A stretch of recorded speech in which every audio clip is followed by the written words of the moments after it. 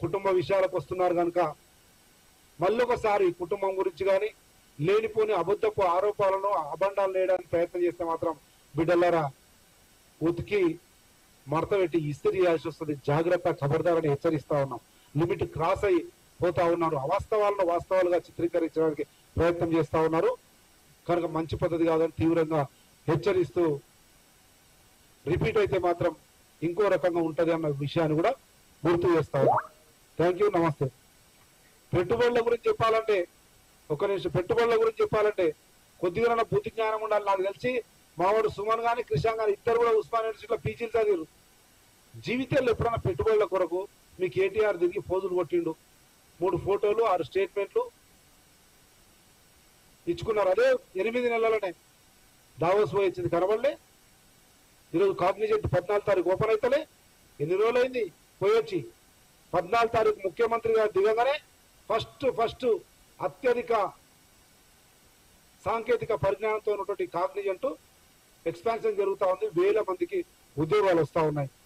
అట్లే యువకులకు ఉపాధి కానీ ఉద్యోగ అవకాశాలను కల్పించే కొరకు ముఖ్యమంత్రి గారు, మంత్రులు శ్రీధర్ బాబు గారు, కోమటిరెడ్డి గారు దశ దిశల ప్రయత్నం కొనసాగిస్తుంటే మీ అక్కసి వెళ్ళగొప్తారు. 15,000 ఉద్యోగాలకు సంబంధించి కాగ్నిజెంట్. అదేవిధంగా ఎప్పుడన్నా మీ జీవితంలో ఇంత పెద్ద అమెరికా చదువు కేటీఆర్ ఐటీ మినిస్టర్ ఉండే కదా, స్కిల్ యూనివర్సిటీ అనే ఆలోచన వచ్చింది. ఆ బుద్ధి జ్ఞానం ఎప్పుడైనా ఉండేనా? ఈరోజు 8 నెలలనే స్కిల్ యూనివర్సిటీకి ఫౌండేషన్ కూడా ఇష్టం. That is Congress party, that is Revanth Reddy leadership, that is CM.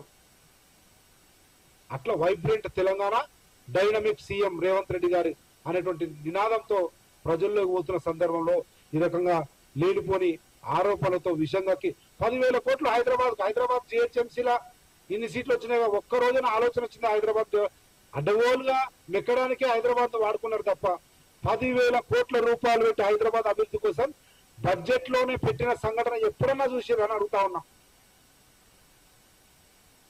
అటువంటి విప్లవాత్మకమైనటువంటి అధునాతనమైనటువంటి అభ్యుదయ ఆలోచనలతోటి అర్బన్ హైదరాబాద్, ఓఆర్ఆర్ లోపల ఉన్నదంతా అర్బన్ హైదరాబాద్, ఓఆర్ఆర్ కు RRR కు రీజనల్ రింగ్ రోడ్ కు మధ్యలో ఉన్నది సెమీ అర్బన్ తెలంగాణగా, RRR తర్వాత రూరల్ తెలంగాణగా. ఇంత అభ్యుదయ ఆలోచనతోటి, అడ్వాన్స్ ఆలోచనతోటి, అధునాతన ఆలోచనతోటి రేవంత్ రెడ్డి గారు కేబినెట్ మంత్రులు 24/7 పనిచేస్తూ తెల్లార్లు మీరు ఇచ్చినటువంటి చిప్ప చేతికి ఇచ్చిపోయారు.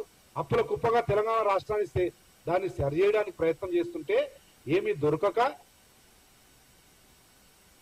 కుటుంబం మీద, అన్నదమ్ముల మీద ఆరోపణలు చేసి రాజకీయంగా లబ్ధి పొందడానికి చేసే ప్రయత్నాన్ని తీవ్రంగా ఖండిస్తా ఉన్నాం. ఇంతకుముందు చెప్పినట్టు తీవ్రంగా హెచ్చరిస్తున్నాం కూడా, ఖబర్దార్ అని చెప్పి బీఆర్ఎస్ పార్టీ నాయకులు ఏ స్థాయిలో ఉన్న వాళ్ళైనా సరే జాగ్రత్త, నాలుక దగ్గర పెట్టుకొని మాట్లాడండి, ఒళ్ళు దగ్గర పెట్టుకొని మాట్లాడండి అని చెప్పి హెచ్చరిస్తా ఉన్నాం. థ్యాంక్ యూ, నమస్తే.